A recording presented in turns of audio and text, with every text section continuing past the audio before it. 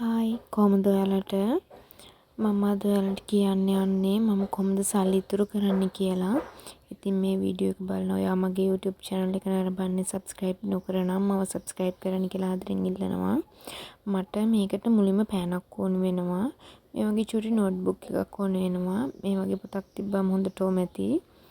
ඒ වගේම මට පර්ස් එකක් ඕන වෙනවා. මම මෙතන අරන් තියෙන්නේ shipper එකක් තියෙන පර්ස් එකක්.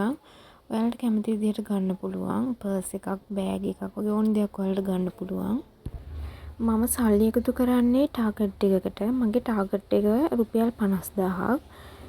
මම ඉතින් මයි ටාගට් කියලා ලියලා මෙතන 50000 ලියලා හදලා තියෙනවා. මම මේ 50000 එකතු කරන්නේ 100 වලින්. 50000 100ෙන් බෙදපුවාම 500ක් එනවා. එතකොට 100ව 500ක් එකතු කරන්න ඕනේ මම මේක කොටු ගහලා හදලා ලිව්වා. 500 යනකම් ලිව්වා එකේ ඉඳන්. ඔයාලට පුළුවන් මේක බොක්ස් එකකට එකතු කරන්න. මට ලේසි නිසා තමයි මම මේක පර්ස් එකකට එකතු කරන්නේ. බොක්ස් එක හොඳට සීල් වෙන්න අලවලා මේක එකේ ඉඳලා 500 යනකම් ලියලා එහෙම අලවලා හදා ගන්න පුළුවන් ඔයාලට. ඒ කියන්නේ YouTube එකේ ගොඩක් වීඩියෝ තියෙනවා. බලලා කරගන්න පුළුවන් ඔයාලට. ඉතින් මගේ ටාගට් එක අවසන් වුණාම අන්තිම 500ත් මම මේක කපපුවාම මගේ ටාගට් සක්සස්ෆුල් වෙනවා.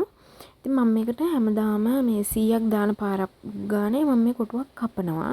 එහෙම තමයි මේක වෙන්නේ. ඉතින් ඔයාලට පහසු විදිහට මේක හදා ගන්න පුළුවන්.